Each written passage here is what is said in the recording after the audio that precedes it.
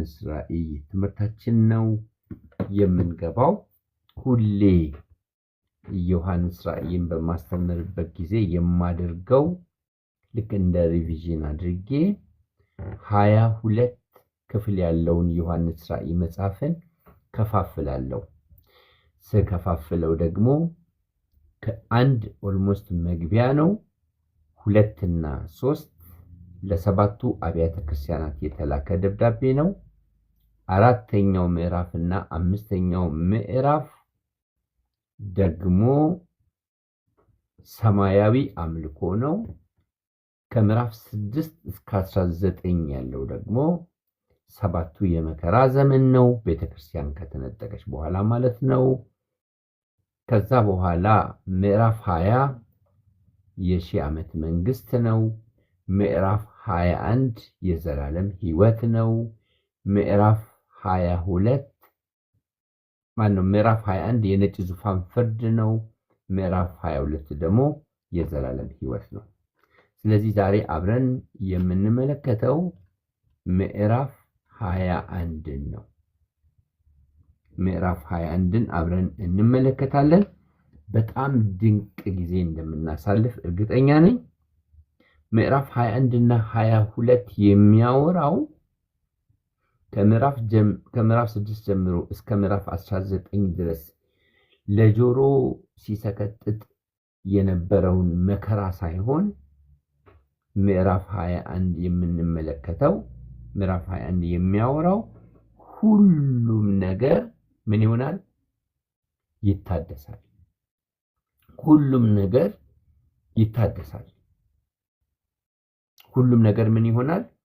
ይታደሳል የሚል ሐሳብ ነው የምንመለከተው። እንግዲህ የሰው ልጅ ታሪክ ስንመለከት በመጽሐፍ ቅዱሳችን በአትክልት ስፍራ ይጀምርና ዘፍጥረት ምዕራፍ 1 ላይ የሚጠናቀቀውም ዮሐንስ ራእይ ላይ በአትክልት ስፍራ ነው። ስለዚህ መጽሐፍ ቅዱስ ውሉ የጠፋበት ጅማሬና ፍጻሜው የማይታወቅ መጽሐፍ ሳይሆን ጅማሬ ያለውና ፍጻሜ ያለው መጽሐፍ ቅዱስ እንደ ሰርክል ውሰዱ፣ ቀስት ያለው ሰርክል ውሰዱ። መነሻ አለው፣ ይዞርና በተነሳበት ላይ መጥቶ ታሪክ ምን ያደርጋል? ይገጥማል። ቀጥታ መስመር አይደለም፣ ሰርክል ነው። ቀስት ታረጉበትና መነሻ አለው፣ ምን ይሆናል? ዞሮ ይገጥማል ማለት ነው። ስለዚህ ዮሐንስ ራእይ ምዕራፍ 21 ላይ የተዘረዘሩ ነገሮች እና ዘፍጥረት ምዕራፍ 1 ላይ የተዘረዘሩ ነገሮች እንዴት እንደሚመሳሰሉ ላሳያችሁ ሞክራለሁ። እንግዲህ ሐዋርያው ዮሐንስ በነበረበት ዘመን ጣሊያን የሮም ዋና ከተማ የተባለችው የዓለም ዋና ቁንጮ የሆነች ከተማ ነች። ግን በሰውኛ ስንመለከት የተዋበች የምታምር የከበረች ናት። ግን የቅዱሳንን ደም ያፈሰሰች የቅዱሳንን ህይወት የቀጠፈች እርኩስ ነች። ስለዚህ ከተማይቱ በሰውኛ የከበረች በእግዚአብሔርኛ የተዋረደች ስለሆነች ፍጻሜዋ እንደሚመጣ ይናገርና ዮሐንስ በምድር ላይ ካለችው ከረከሰችው ከሮም ከተማ ከረከሰችው ከጣሊያን ከተማ የከበረችና የሰው አይን ያላያት የሰው ልብ ያላሰባት እግዚአብሔር ለሚወዱት ያዘጋጃት ከተማ እንዳለች ዮሐንስ ራእይ ላይ ይናገራል። በጣም የሚገርማችሁ ነገር በዓለም ፍጥረት ጅማሬ ላይ ስልጣኔ ስላላደገ ሁሉ ነገር ቀስ በቀስ ነው።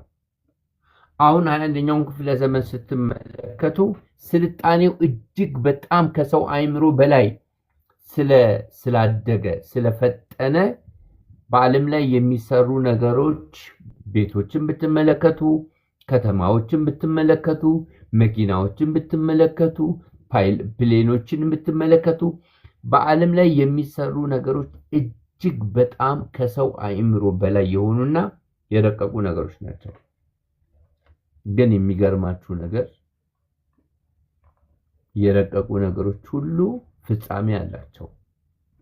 ፍጻሜያቸው ጥፋት ነው። ፍጻሜያቸው ምንድነው? ጥፋት ነው።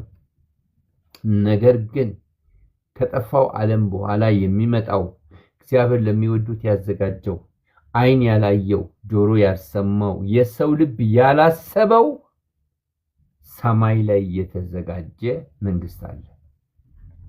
አሁን ኢትዮጵያን ስትመለከቱ ከምን ጊዜውም በላይ በኮሪደር ልማቱ አዲስ አበባም የክልል ከተሞችም በጣም በሚገርም ሁኔታ ዘመናዊ የሆኑ ናቸው። የከተማይቱ የድሮ የቆሻሻ ገጽታ ከከተማይቱ እየተወገደ ነው። ግን ይሄ የሚታደሰው በኮሪደር ልማት እንደዚህ የሚያብረቀርቀው ከተማ እስከምንድን ነው የሚቆየው ቢባል ፍጻሜ አለው። ፍጻሜ አለው። ስለዚህ ዮሐንስ ሰማያዊውን ሊያሳይ ይፈልጋል። በጣም የሚገርም ነገር ልንገራችሁ። በዚህ አጋጣሚ በተለያየ የህይወት ውጣ ውረድ ውስጥ ስለምናልፍ የሰማዩ አንዳንዴ ጭልጥ ብሎ ይጠፋብናል። እንረሳለን። አለ ወይ እንላለን።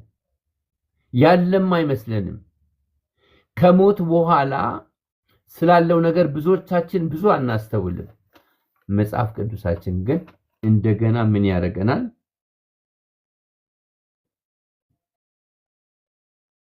ያስታውሰናል። ስለዚህ በዘፍጥረት መጽሐፍ የተጀመረው ነገር በዮሐንስ ራእይ ይጠናቀቃል። ቅድም እንዳልኳችሁ መጽሐፋችን ውሉ የጠፋበት መግቢያ መውጫ የሌለው ዝም ብሎ ከሰማይ የወረደ አይደለም። ጅማሬ ያለውና ፍጻሜ ያለው የ1500 ዓመት ታሪክ የሆነ በ40 ሰዎች የተጻፈ የማይፋለስ ተከታታይነት ያለው ፍሎ ኦፍ ቶቱን የጠበቀ መጽሐፍ በዓለማችን ትልቁ መጽሐፍ ምንድነው? መጽሐፍ ቅዱስ ነው። ስለዚህ ምን እንደሚያወራ እስቲ ከመጽሐፉ ስንመለከት ዘፍጥረት ምዕራፍ 1 ቁጥር 1 ላይ መጽሐፍ ቅዱስ ሲያወራ ሰማይና ምድር ተፈጠሩ ይላል። ዮሐንስ ራእይ ምዕራፍ 21 ቁጥር 1 ላይ ደግሞ አዲስ ሰማይና አዲስ ምድር ተፈጠረ ይላል። ዘፍጥረት 1:16 ላይ ፀሐይ ተፈጠረች ይላል። ዮሐንስ ራእይ 21:23 ላይ ደግሞ ፀሐይ አታስፈልግም ይላል። ዘፍጥረት 1:5 ላይ ሌሊት ተፈጠረ ይላል። 22:5 ላይ ሌሊት አይኖርም ይላል። 1:10 ላይ ዘፍጥረት ባህሮች ተፈጠሩ ይላል። 21:1 ላይ ባህር አይኖርም ይላል። ዘፍጥረት ምዕራፍ 3 ከ14 እስከ 17 ድረስ እርግማን ታወጀ። ሃሌሉያ። ዮሐንስ ራእይ 22:3 ላይ እርግማን አይኖርም። ዘፍጥረት 3:19 ላይ ሞት በታሪክ ውስጥ ተከሰተ። ዮሐንስ ራእይ ምዕራፍ 21 ቁጥር 4 ላይ ሞት አይኖርም ይላል። ዘፍጥረት 3:24 ላይ ሰው ከሕይወት ዛፍ ተባረረ። ዮሐንስ ራእይ 22:14 ላይ ሰው ወደ ገነት ይመለሳል ይላል። ዘፍጥረት 3:17 ላይ ሐዘንና ስቃይ እንደተጀመረ ይናገራል። ዮሐንስ ራእይ 21:4 ላይ ሐዘንም ሆነ እንባ አይኖርም ብሎ ይናገራል የእግዚአብሔር ቃል። ክብር ለአምላካችን ለእግዚአብሔር ይሁን። ሃሌሉያ። ስለዚህ ኤደን ገነት የሰው ልጅ ቤተ መንግስት ነበረች። ለምን? የሰው ልጅ ንጉስ ስለሆነ፣ ፍጥረትን የሚያስተዳድር ንጉስ ስለሆነ ኤደን ገነት ቤተ መንግስት ናት። የነገስታት መኖሪያ ናት። ደሞም ከተማ ነበራት። ዮሐንስ ራእይ ላይም ቤተ መንግስት አለ፣ ከተማም አለ። ስለዚህ ዘፍጥረት ላይ የነበረው ነው ወይ ዮሐንስ ራእይ ላይ የሚመለሰው ካላችሁኝ፣ የዘፍጥረቱ ስትመለከቱ የሰማዩ የወደፊቱ ነጸብራቅ ነው። ስለዚህ ይመሳሰላሉ እንጂ በዘፍጥረት መጽሐፍ ላይ ያለው የሰው መኖሪያ የነበረው ገነትና ከተማ ከዮሐንስ ራእይ ጋራ ፈጽሞ አይተካከልም። እጅግ በጣም የሚበልጥ። ሃሌሉያ። ክብር ለአምላካችን ለእግዚአብሔር ይሁን። እግዚአብሔር እንደዚህ ደግሶልን ነው እየጠበቀን ያለው። የሰው ዓይን ያላያት፣ የሰው ልብ ያላሰባት እግዚአብሔር ለሚወዱት ያዘጋጃት ከተማ አለች። ቤት የሌላችሁ ቤት አለን። ከተማ የሌላችሁ ከተማ አለን። ሀብት የሌላችሁ ሀብት አለን። ክብር የሌላችሁ ክብር አለን። በምድር ላይ የትኛውንም ያህል ብትቀማጠሉ፣ የትኛውንም ያህል ብትከብሩ፣ የትኛውንም ያህል ብታገኙ በሰማይ ከሚመጣው ጋራ ፈጽሞ የማይተካከል ከላይ የሆነ ክብር ይመጣል። ዮሐንስ ራእይ ምዕራፍ 21 ከቁጥር 1 እስከ 8 ያለው ክፍል የሚናገረው የከተማይቱ ዜጎችን ነው። የከተማይቱ ዜጎችን ከ1 እስከ 8 እናገኛለን። እነዚህ የከተማይቱ ዜጎች ደግሞ 3 ገጽታ አላቸው። የመጀመሪያው ከ1 እስከ 5 ባለው ክፍል ላይ የእግዚአብሔር ሕዝብ ናቸው። ከ1 እስከ 5 ያለውን አነብላችኋለሁ። ከ1 እስከ 5 ያለውን ስንመለከት አዲስ ሰማይና አዲስ ምድርንም አየው፣ ፊተኛው ሰማይና ፊተኛው ምድር አልፈዋልና ባህርም ወደፊት የለም። ቅድስቲቱ ከተማ አዲሲቱ ኢየሩሳሌም ለባሏ እንደተሸለመች ሙሽራ ተዘጋጅታ ከሰማይ ከእግዚአብሔር ዘንድ ስትወርድ አየው። ታላቅም ድምፅ ከሰማይ እነሆ የእግዚአብሔር ድንኳን በሰዎች መካከል ከነሱ ጋር ያድራል፣ እነርሱም ሕዝቡ ይሆናሉ፣ እግዚአብሔርም እርሱ ራሱ ከነሱ ጋር ሆኖ አምላካቸው ይሆናል። እንባዎችን ሁሉ ከዓይናቸው ያብሳል።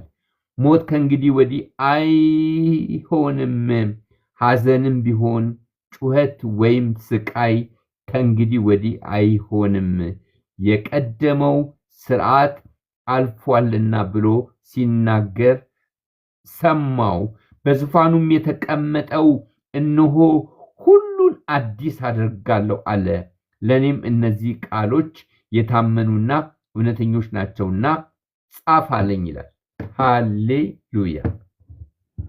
ደስ አይልም? ለባሏ እንደተሸለመች ሙሽራ ከሰማይ የወረደችው ከተማ ነች። ከ1 እስከ 5 ዮሐንስ ራእይ ምዕራፍ 21 ከ1 እስከ 5 የሚያወራው በእጅ ስለተሰራችው ከተማ ነው ወይስ ስለ ሰው ነው? ለባል የምትሸለም ሙሽራ አለች እንዴ? ለባል የምትሸለም ሙሽራ የሆነች ከተማ አለች እንዴ? ከተማ ሙሽራ ተብሎ ተጠርቷል እንዴ? ከተማን ከተማ የሚያሰኘው በከተማ ውስጥ የሚኖሩ ዜጎች ናቸው።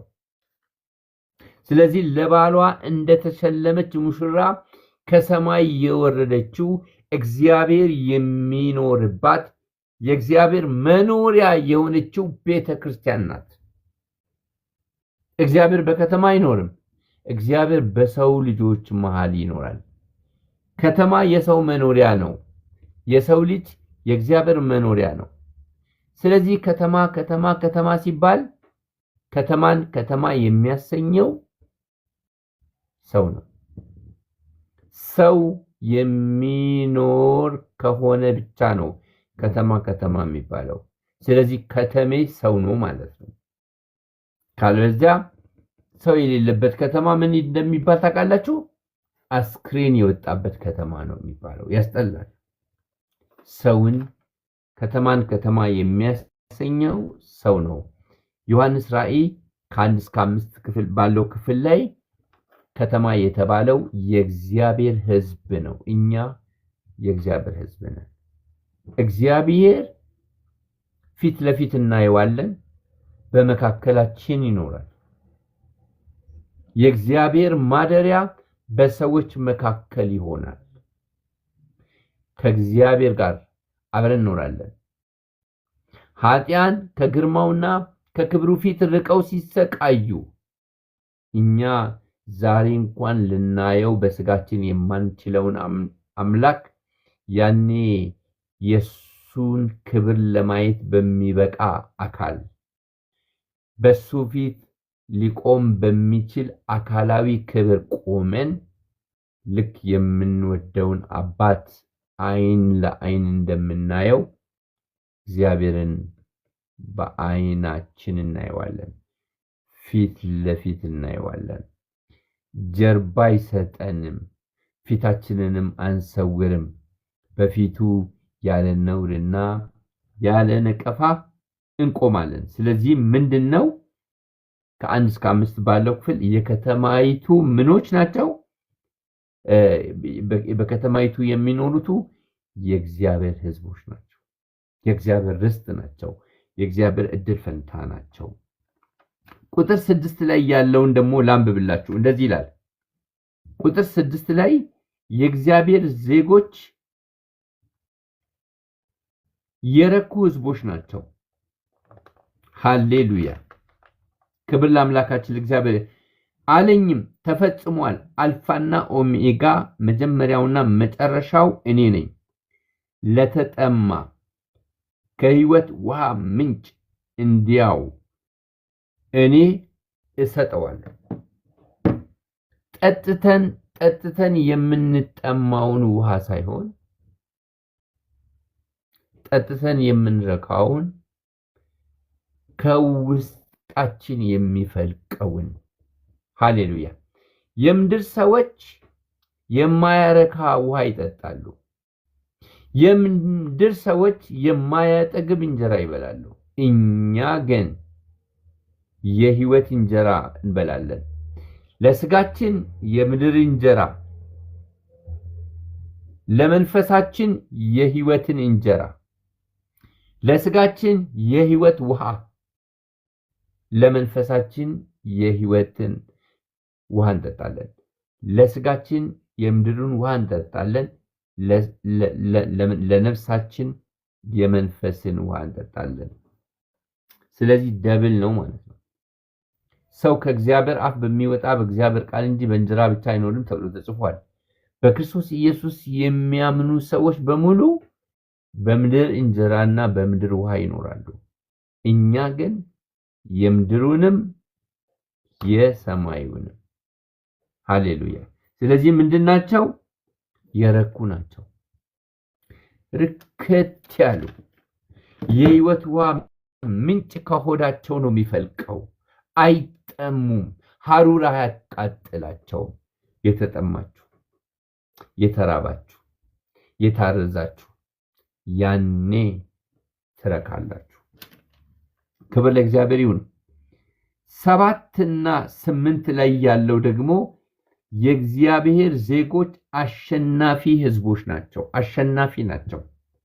7 እና 8ን ላንብብላችሁ። ድል የነሱ ናቸው። ድል የሚነሳ ይህንን ይወርሳል፣ አምላክም እሆነዋለሁ፣ እርሱም ልጅ ይሆነኛል። ዳሩ ግን የሚፈሩና የማያምኑ የርኩሳንም የነፍሰ ገዳዮችም የሴሰኞችም የአስማተኞችም ጣዖትን የሚያመልኩ የሐሰተኞችም ሁሉ ዕድላቸው በዲንና በእሳት በሚቃጠል ባህር ነው። ይህም ሁለተኛው ሞት ነው ይላል። የኃጢአን ዕጣ ፈንታ መጽሐፍ ቅዱስ ውስጥ ተገልጧል። የጻድቃን ዕድል ፈንታ በመጽሐፍ ቅዱስ ውስጥ ተገልጧል። መጽሐፍ ቅዱስ ላይ ያሉ የእግዚአብሔር ሕዝቦች የከተማይቱ ዜጎች ምንድናቸው? እርኩሰትን እምቢ፣ አመፃን እምቢ፣ ዓለምን እምቢ፣ ሰይጣንን እምቢ፣ የኃጢአት ተፈጥሮን እምቢ በማለት ልብሳቸውን አጥበው ያነጹ፣ ድል ነሺውን ድል የነሱ፣ ሰይጣንን ድል የነሱ፣ ዓለምን ድል የነሱ፣ ስጋን ድል የነሱ ድል ነሺዎች ናቸው። አዎ መውደቅ አለ፣ መነሳት አለ፣ መፍገምገም አለ፣ ማመንታት አለ፣ ወደ ኋላ መመለስ አለ። አንዳንድ ቀን በቃኝ ደከመኝ የምንለው ነገር አለ። ሁሉም በየቤቱ ከአገልጋይ እስከ ተገልጋይ የማይመለከተው ሰው የለም። በቃኝ በምን መንገድ ነው እንላለን፣ እንዝላለን፣ አለቀልኝ እንላለን፣ አበቃልኝ እንላለን። በብዙ ፈተና ውስጥ እናልፋለን። ግን በጌታችን በኢየሱስ ክርስቶስ እኛ ድል ነሺዎች ነን። ድል ነሺውን ድል የምንነሳለን። ስለዚህ ዛሬ ማለዳም እያሰላሰልኩ ነበር ይህን ቃል ማለዳ እያገለገልኩ እያለ በቃ ተጉዘን ልንጨርስ እኮ ነው፣ ልንገባ እኮ ነው፣ ሩጫችንን እኮ ልንጨርስ እኮ ነው። እንዴት ወደ ኋላ እንመለሳለን? ወገኖቼ ተጉዘን ከመጣ ነውና ከፊት ለፊታችን ያለውን ስናነጻጽር ረጅም ርቀት ነው ተጉዘን የመጣ ነው። የቀረው ጥቂት ነው። እድሜያችን ሄዷል። በዓለም ላይ ያሉት ሁኔታዎች እየተጠናቀቁ ናቸው። መምጫው ከትላንት ይልቅ እየቀረበ ነው። ስለዚህ ጥቂት ነው የቀረው። ታገሱ። ደክሟችኋል፣ ዝላችኋል፣ በቃኝ አላችሁ። ማገልገል በጣም ከባድ ነው። መጸለይ በጣም ከባድ ነው። ቃሉን ማንበብ በጣም ከባድ ነው። ማስተማር ከባድ ነው። መስበክ ከባድ ነው። የደከሙ አቅመ ደካማ የሆኑ ሰዎችን ቅድም እንደተባለው ሄዶ መጎብኘትና ተስፋም በነሱ ሕይወት ውስጥ መዝራት ከባድ ነው። ግን የተሸነፈ የሚመስል ጉዟችን አንድ ቀን በድል ይጠናቀቃል። ከዓይኖቻችን ላይ እንባ ይታበሳል። ስብራታችን ይጠገናል። ቀንበራችን ይሰበራል።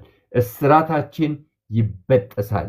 ሐዘናችን ከኛ ይወገድና ሐዘናችን በደስታ ይለወጣል። ሰላማችን ይመለሳል።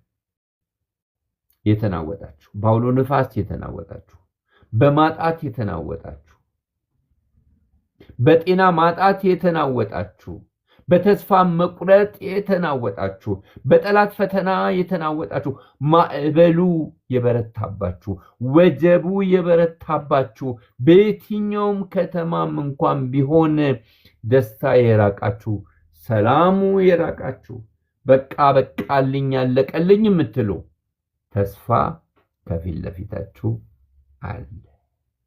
ደስ ይለኛል። ለካ ጌታ ኢየሱስ ለምድር ብቻ አይደለም ለሰማይም ጭምር ነው። በሰማይም አለ። ከዓይኖቻችን እንባ ይታበሳል። ስብራታችን ይጠገናል። ሐዘን ከኛ ይርቃል። እንባችን ሁሉ ይታበሳል። ሰላማችን ይመለሳል። መኖር የሚያሰኝበት ቀን ይመጣል። ክብር ለአምላካችን እግዚአብሔር ይሁን። ስለዚህ አሸናፊ ናችሁ። ሰይጣን ለባዶ እየመራችሁ እንኳን ቢሆን አሸነፍኳችሁ እያለ እንኳን ቢሆን በክርስቶስ አሸናፊ ናችሁ። እናንተማ ሲጀመር የተሸነፋችሁ አይደላችሁም እንዴ? የታወቀ አይደለም እንዴ? የሱ ማሸነፍ ነው የተቆጠረላችሁ እንጂ እናንተ መቼው ማሸነፋችሁ አታውቁም። ማሸነፉ ለተሸነፋችሁት ለናንተ እንደማሸነፍ ነው የሚቆጠረው። ስለዚህ እናንተ ያሸናፊዎች አሸናፊ ናችሁ። ዮሐንስ ራእይን ሳጠና ከዚህ በፊት በጣም ልቤን የሚፈነቅለው ነፍሳቸውን እስከ ሞት አልወደዱም የሚል ቃል አንብባችኋል። ደማቸውን አፈሰሱ፣ ስጋቸውን ቆረሱ፣ ለመስዋዕትነት ራሳቸውን አሳልፈው ሰጡ። ሃሌሉያ! ክብር ለአምላካችን ለእግዚአብሔር ይሁን። በመስዋዕትነት ነው። ጻፉልኝ ይችን ቃል። በመስዋዕትነት ነው። አቅማችንን አውቆ መጥኖልን ነው የሰጠን እንጂ እኮ ወደኛ ይሄንን የምስራቹን ወንጌል ያደረሱት የቀደሙት በቀውጢ ዘመን የነበሩ የእምነት አባቶች እንደ ክፉ አድራጊ በተገኙበት እየተገደሉ በተገኙበት እየተሰዉ የገንዘባቸውን ንጥቂያ በደስታ እየተቀበሉ ከሀገር ወደ ሀገር እግዚአብሔር የጠላው እስኪመስሉ እየተቅበዘበዙ በብዙ መስዋዕትነት አለፉ። እኛ እንደማንችለው ሲረዳ በእኛ መጠን መጥኖ ጥቂት ጥቂቷን ናሙና የመከራዋን ናሙናዋን ሰጠን። ናሙናዋን እንኳን አልቻልኩም። ዋናው ቢመጣ ኑሮ ማን ይቆም ነበር? አንገት የሚሰጥበት መስዋዕትነት ቢመጣ ኑሮ ማን ይቆም ነበር?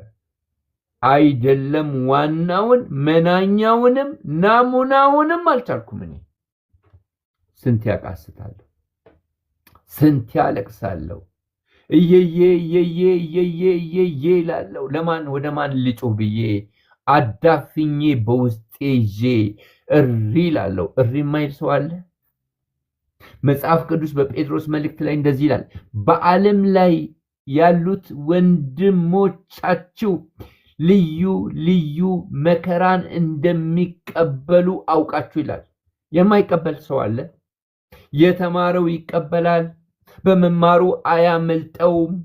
የተባረከው መከራ ይቀበላል፣ በመባረኩ ኤግዘምትድ አይደለም። አገልጋዩማ እሳት ላይ ነው የቆመው።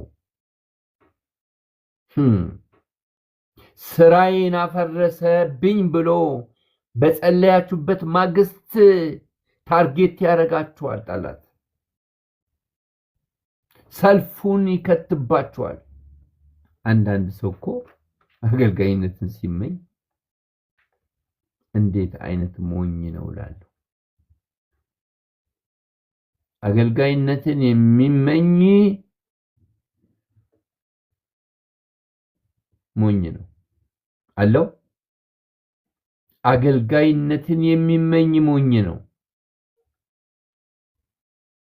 አገልጋይነትን የሚመኝ ሞኝ ነው። ስለተመኘም አያገኘውም።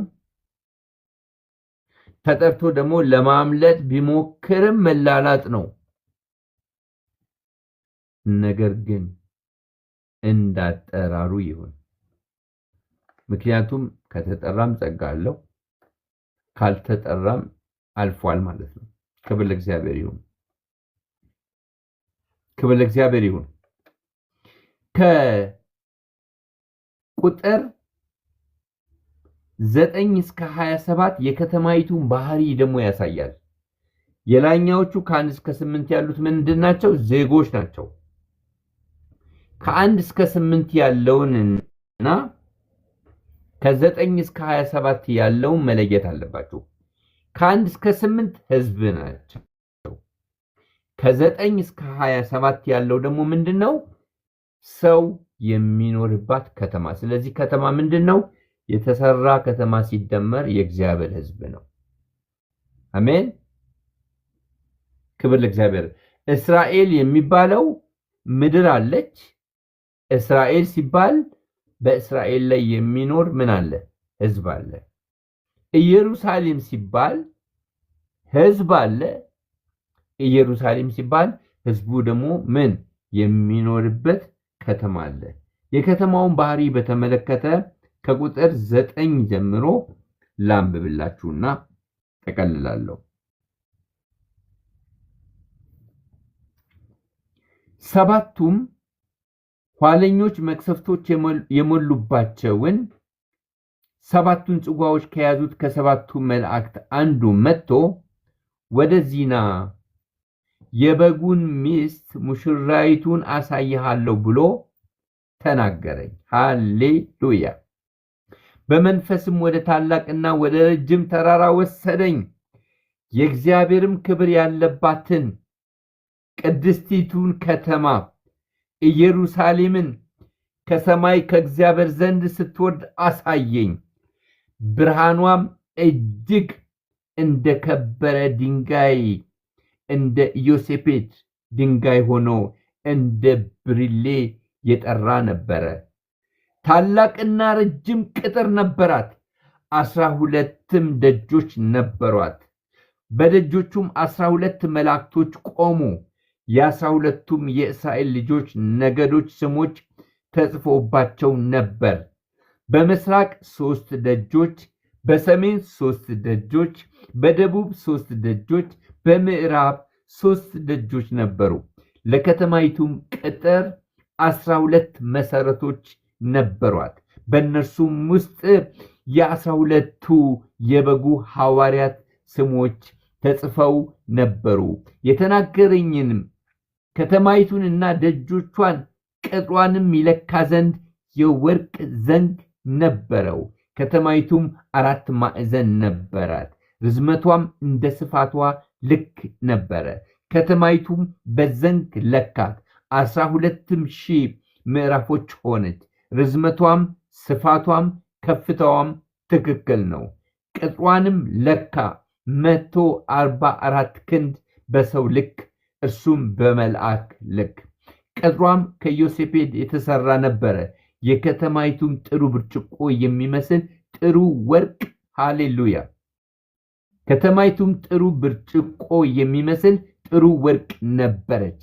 የከተማይቱም ቅጥር መሰረት በከበረ ድንጋይ ሁሉ ተጊጦ ነበረ። ፊተኛይቱም መሰረት ኢዮሴፔድ፣ ሁለተኛውም ሴምፔር፣ ሶስተኛውም ከልቄዶን፣ አራተኛውም መረገድ፣ አምስተኛውም ሰርዲዮኒክስ፣ ስድስተኛውም ሰርዲዮን፣ ሰባተኛውም ከርቲዮሎቤ፣ ስምንተኛውም ብሪሌ፣ ዘጠነኛውም ውርዋሬ፣ 10ኛውም ክርስ ጳርሲስ፣ 11ኛውም ያኪንት፣ 12ኛውም አማቴ ሲፋኖስ ነበረ። 12ቱም ደጆች 12 ዕንቆች ነበሩ። እያንዳንዱ ደጅ ከአንድ ዕንቁ የተሰራ ነበረ። የከተማይቱም አደባባይ ጥሩ ብርጭቆ የሚመስል ጥሩ ወርቅ ነበረ። ሁሉንም የሚገዛ አምላክና በጉ መቅደሷ ናቸውና መቅደሷ በእርሷ ዘንድ አላየሁም። ለከተማይቱም የእግዚአብሔር ክብር ስለሚያበራላት በጉ ስለሆነ ፀሐይ ወይም ጨረቃ እንዲያበሩላት አያስፈልጋትም ነበረ። አሕዛብም በብርሃኗ ይመላለሳሉ፣ የምድርም ነገሥታት ክብራቸውን ወደ እርሷ ያመጣሉ። በዚያም ሌሊት ስለሌለ ደጆቿም በቀን ከቶ አይዘጉም። የአሕዛብን ግርማና ክብር ወደ እርሷ ይመጣሉ። ለበጉም በሆነው በሕይወት መጽሐፍ ከተጻፉት በቀር ጸያፍ ነገር ሁሉ፣ እርኩሰትና ውሸትም የሚያደርግ ሁሉ ወደ እርሷ ከቶ ምን አይሆንም? አይገባም። አይገርምም? እንደዚህ አይነት ከተማ አለ። እኔም አገልጋዩ ረስቻለሁ። እንደዚህ አይነት ከተማ ነው የሚጠብቀን።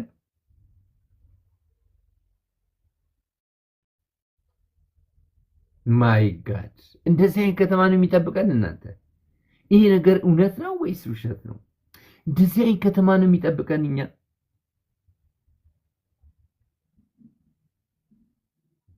እጮኛ የነበረችው ቤተክርስቲያን ከጌታዋ ከሙሽራው ጋር ትጋባለች። ፊት ለፊት ታየዋለች። እሱ ራሷ ነው፣ መካከሏ ይሆናል። ክብሯ ነው ያንጸባርቅባታል። ሌላ ብርሃን ያስፈልግ። ከዘላለም እስከ ዘላለም ነው የምንኖረው። ስጋት የለም። ሰይጣን መጥቶ ያስተን ይሁን ወይ ትላላችሁ አንዳንዴ አይደል? እኔ አንድ ጊዜ ጌታ እንደተቀበልኩ አካባቢ ጌታ ሆይ ያ የለመደው ሰይጣን ደግሞ መጥቶ ድጋሜ ገብቶ እባክህን ከዚያ ከተማ እንዳያስወጣን ብዬ ስጸልይ ነበር። አሁን ካደኩ በኋላ ያኔ ያሳተኝ ሰይጣን በክርስቶስ ስላሸነፍኩት ቢመጣም ሊያስተኝ አይችልም። አንዴ ሳተ ሁሌ አይስትም። አንዴ ወደቀ ለዘላለም ወድቋል። አንዴ የተነሳው ለዘላለም ተነስቷል። ከዘላለም እስከ ዘላለም ነው የምንኖረው። ስለዚህ የጊዜውን መከራ ታገሱ።